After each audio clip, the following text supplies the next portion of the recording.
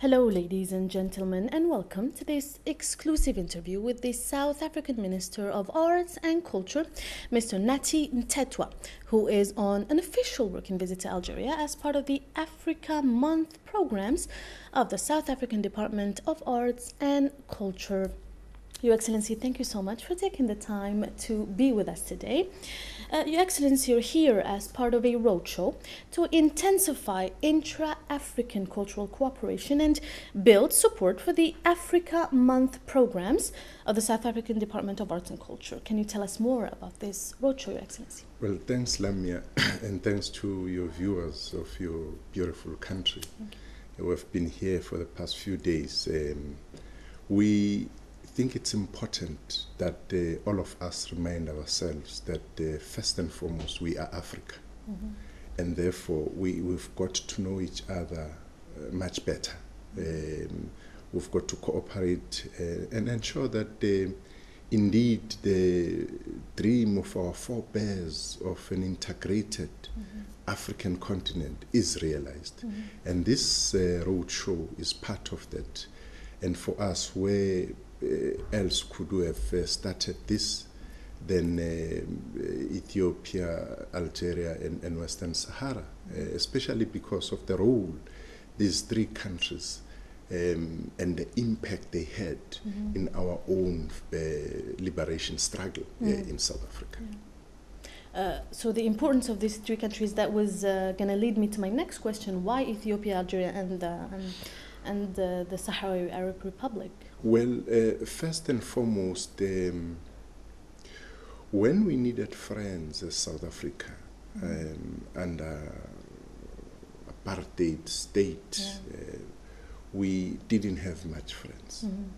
We had Algeria, which opened its gates and its arms, and which gave us hope that one day we'd be able to triumph in South Africa, because we were faced with the most brutal racist regime the world has ever experienced.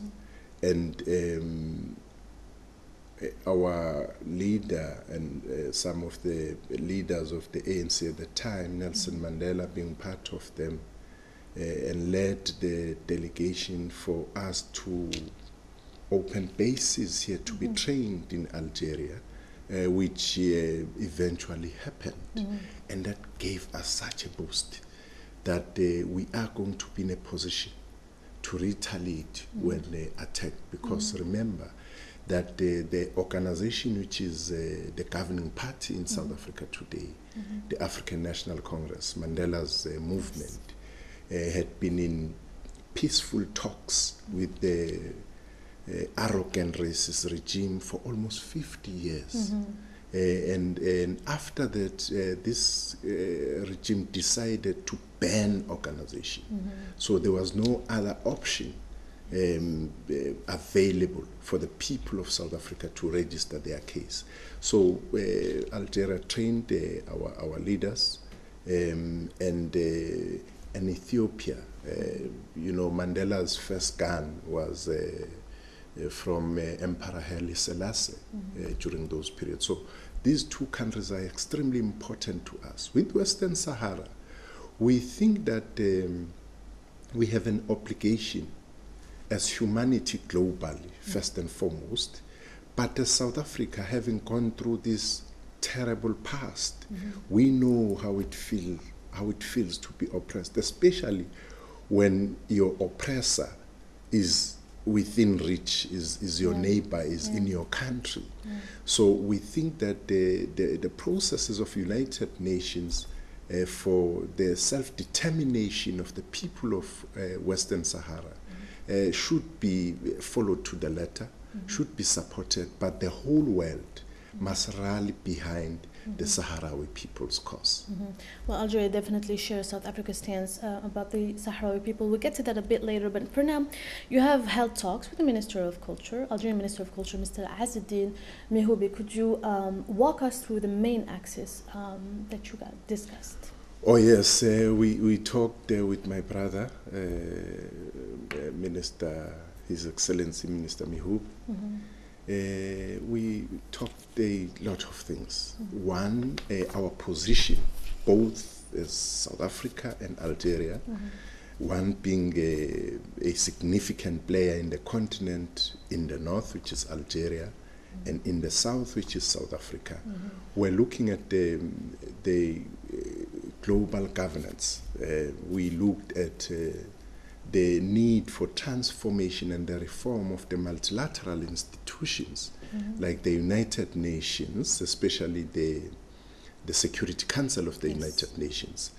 And we said that our countries should actually lead the process of ensuring that these billion-plus people are represented. And up until now, they don't have a voice. But also we spoke, I commended my brother, particularly with the stance Algeria took in ensuring that the Africa World Heritage Fund is supported, as Algeria is doing its best. We are, but I expressed that. I also invited Algeria to be part and parcel of Africa Month.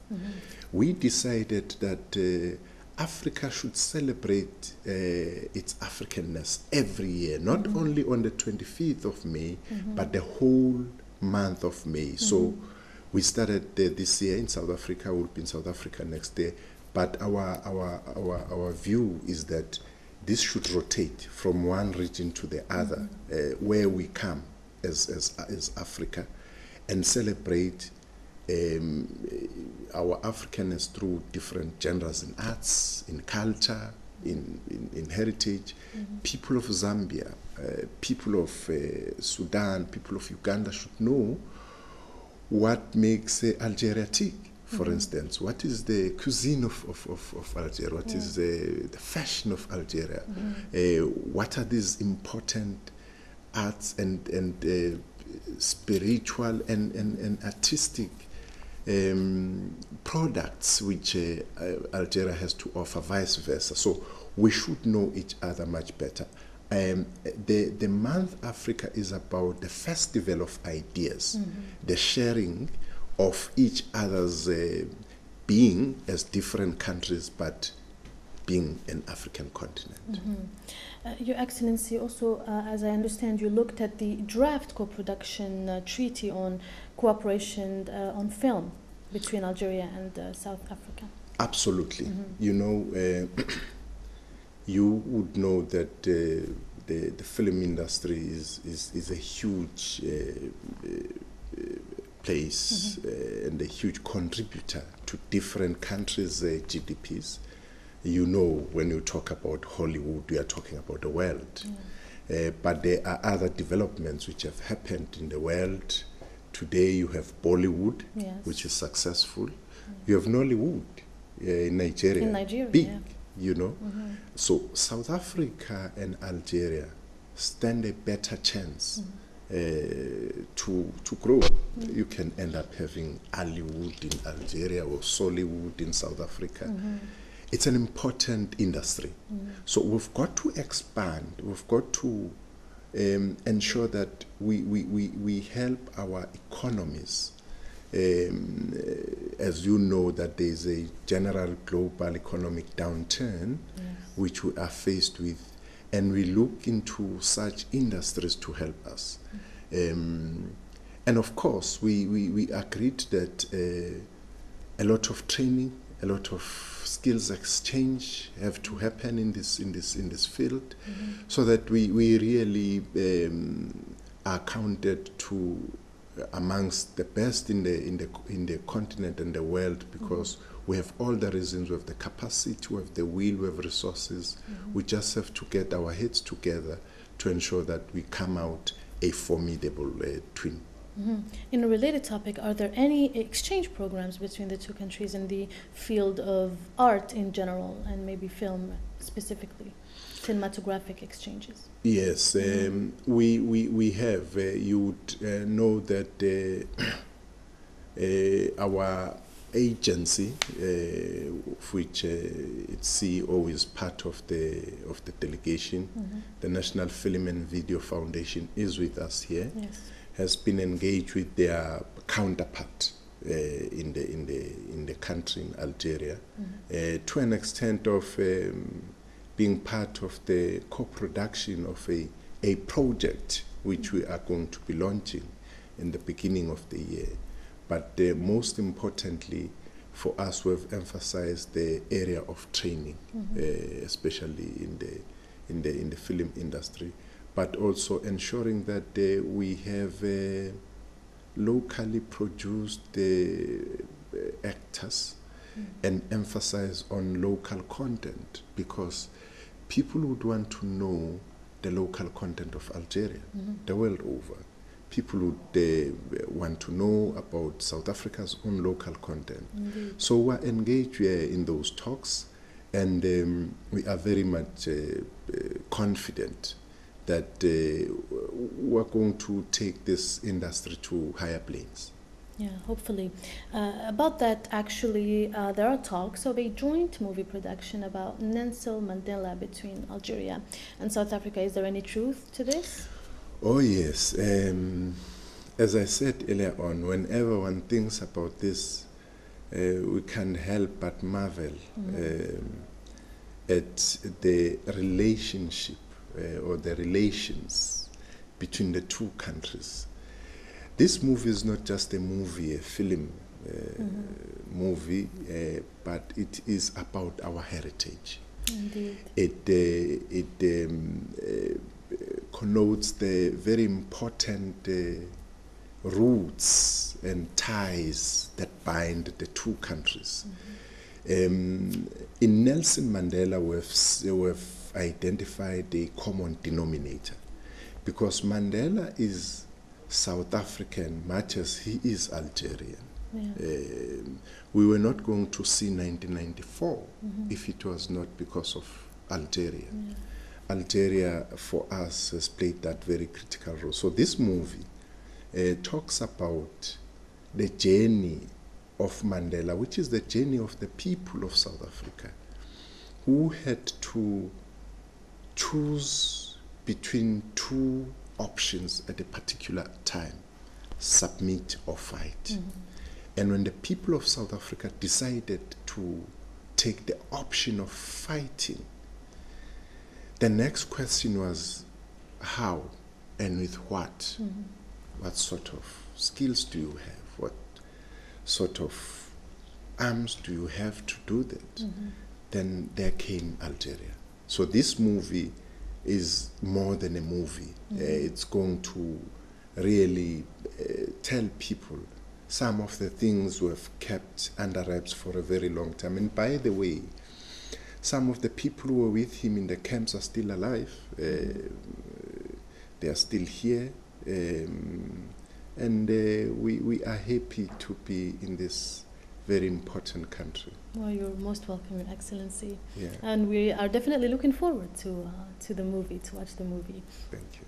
Moving on to another topic, a memorandum of understanding on archives has been signed by the national archivists of Algeria and South Africa, respectively. Can you tell us more about that? How important is it for archives to be?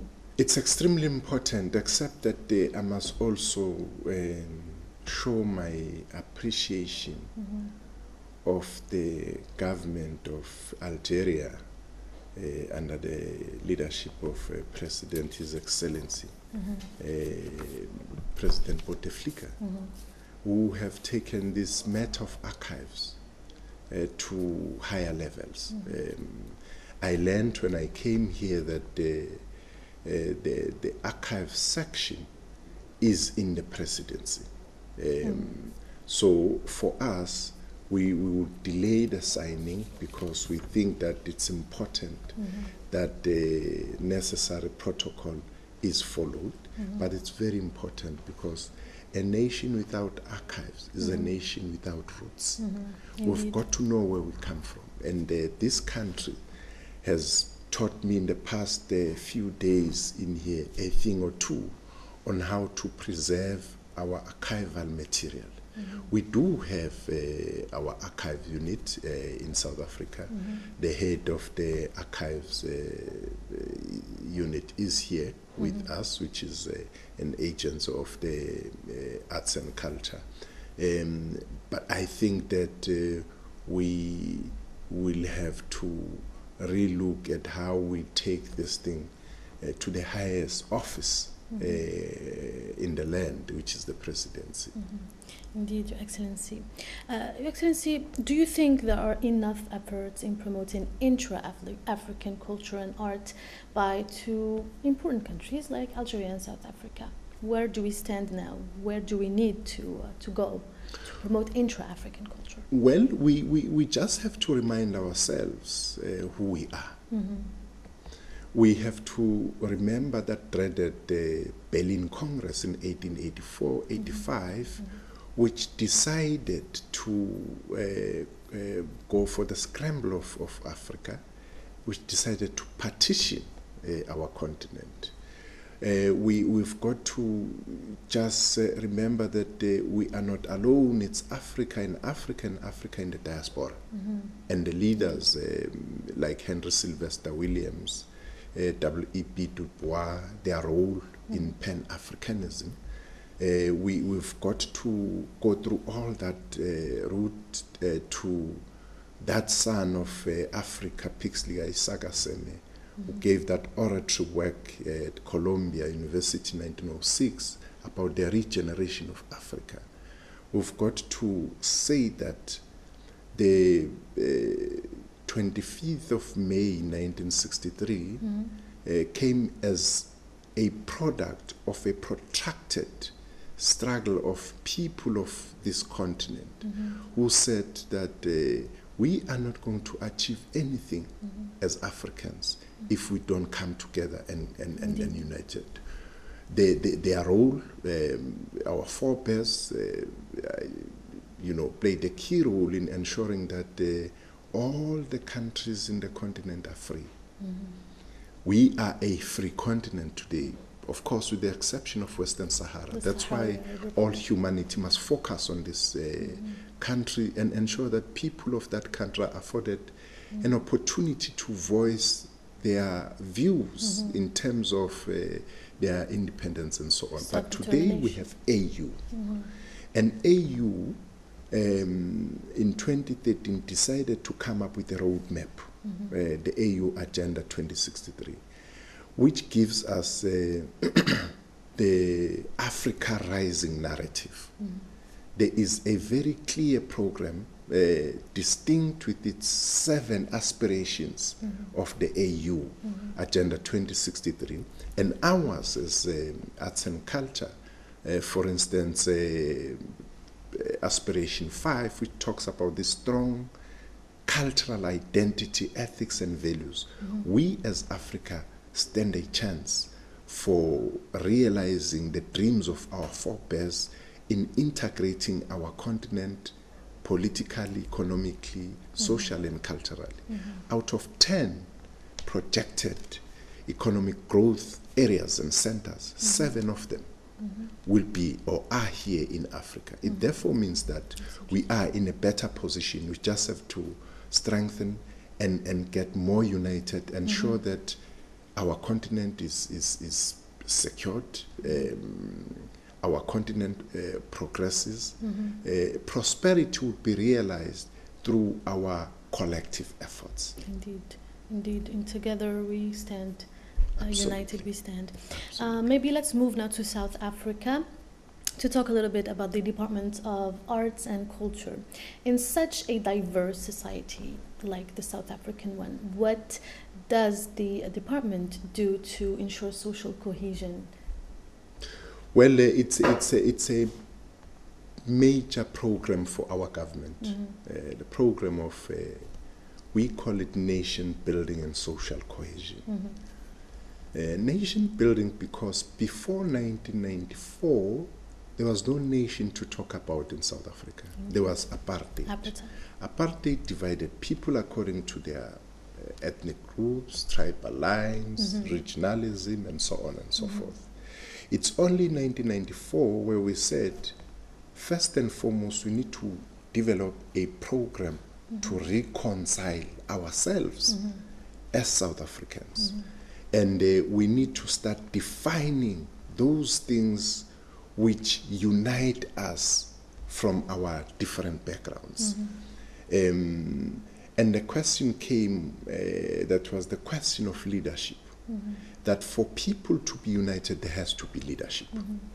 And for leadership to be recognized, there has to be a vision. That is why we came up with a Vision 2030. We call it the National Development Plan in South Africa. This vision is about the unity of the people of South Africa. It's about economic prosperity. It's about social justice in our society. But we emphasize the point that there are things we should not tolerate. And one of them is racism. That we cannot allow a free South Africa, a democratic South Africa, to be held back by very few who are racist in our country. So we've got to fight that. We've got to ensure that we level the heritage landscape in our country, because the heritage landscape in South Africa is viewed through the prism of our erstwhile colonizers. The signs, symbols, names of places, buildings, and so on are being changed to depict the true democratic South Africa. And we hope that through such programs and a lot of community conversations we have with different communities, we are going to realize a socially coherent South Africa. Indeed, hopefully, Your Excellency. Maybe as a last question, I would want to ask you about the program of Constantine, Capital of the Arab Culture. I know you've been in Constantine recently. How is or how can we evaluate the South African participation in this kind of major event? Well, without doubt, really, we are committed and would want to continue with the work, because remember that Algeria and South Africa has been cooperating. We want to deepen our cooperation now. We marveled the cultural city of Algeria, which is Constantine. We marveled its history, where it comes from, and how it has evolved over a period of time. But they would want to be part and parcel of the future endeavors and festivals in that particular part of Algeria. We'll go back home with the fond memories of Algeria generally, but that particular cultural city, which for us is an important experience. Well, Your Excellency, you're most welcome here, and hopefully that we will see you again in Algeria very soon. So, ladies and gentlemen, that was all the time we had today. Thank you so much for tuning our way. Bye-bye.